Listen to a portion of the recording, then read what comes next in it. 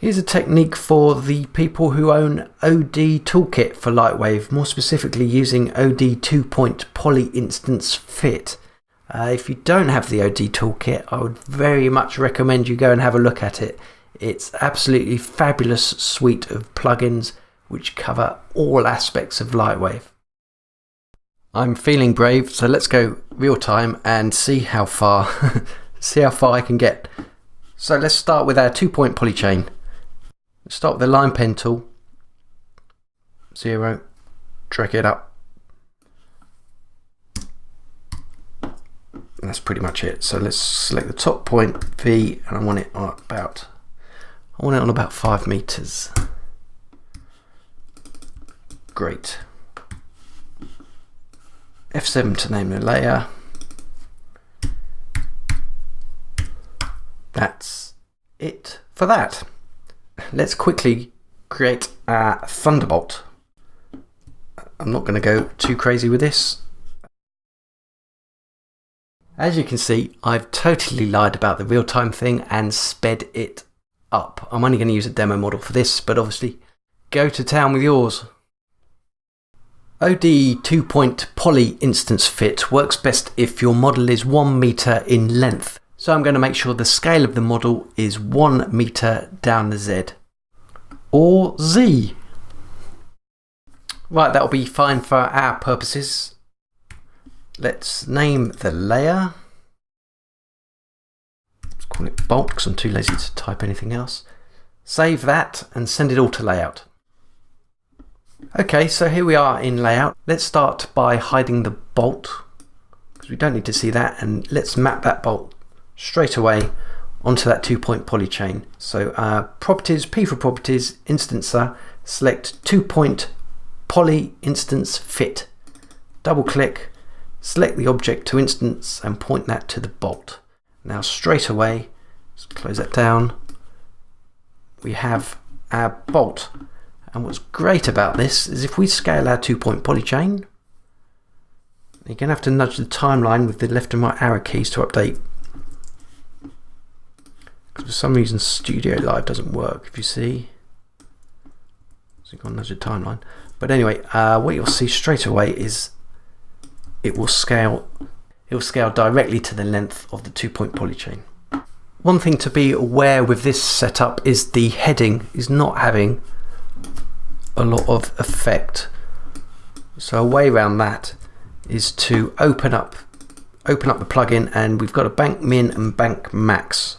So that gives us an additional level of control there should you come to need it. Okay, so let's get moving things into place. Let's take our 2-point Pulley Chain and clone it a couple of times. We'll also colorize them so we can tell what's going on later.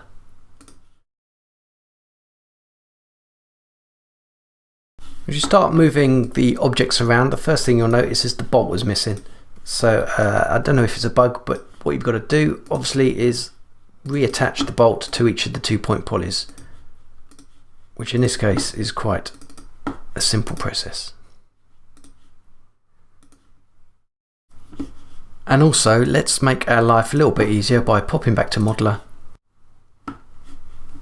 With our R key, let's just select origin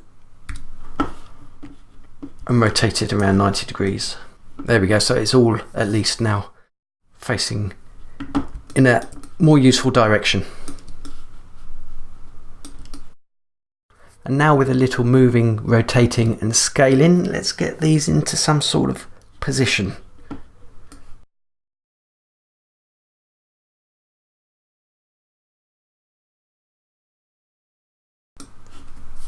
Let's say we're happy with that. Let's get on with some animation. Let's select all the layers. I think about 8 frames is quite nice. Let's create another keyframe at frame 0. Now what we want is we all want them all to follow their sort of normal direction, as it were. The best way to do that is go to Modify, Coordinate System and select Local, and you'll see they're all pointing in the direction they're rotated.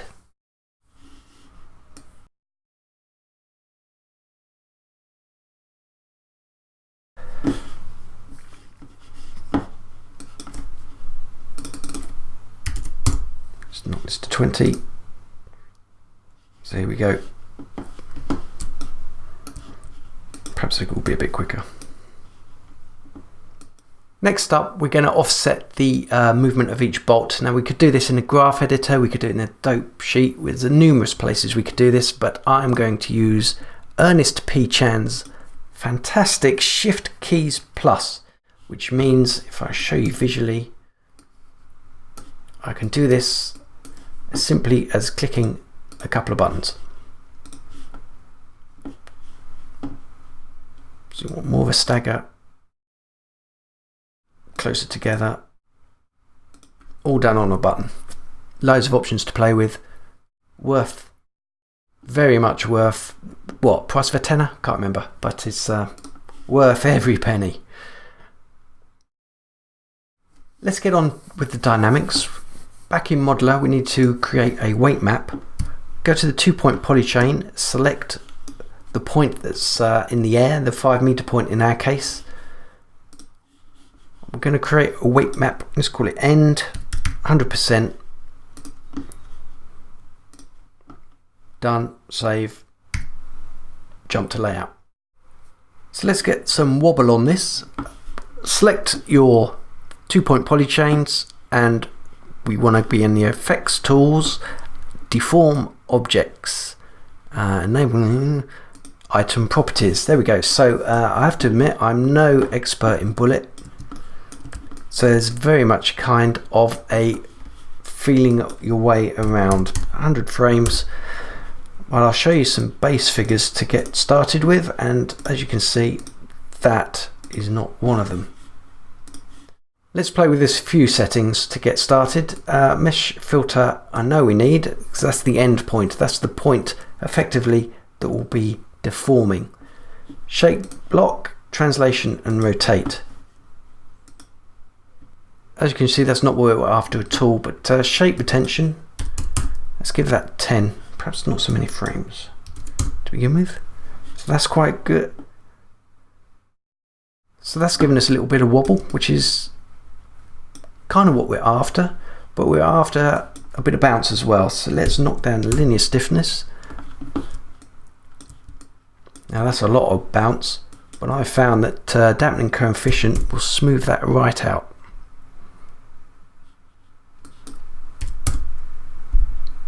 Also, low angular stiffness is worth a fiddle with. Higher the value, the more the wobble.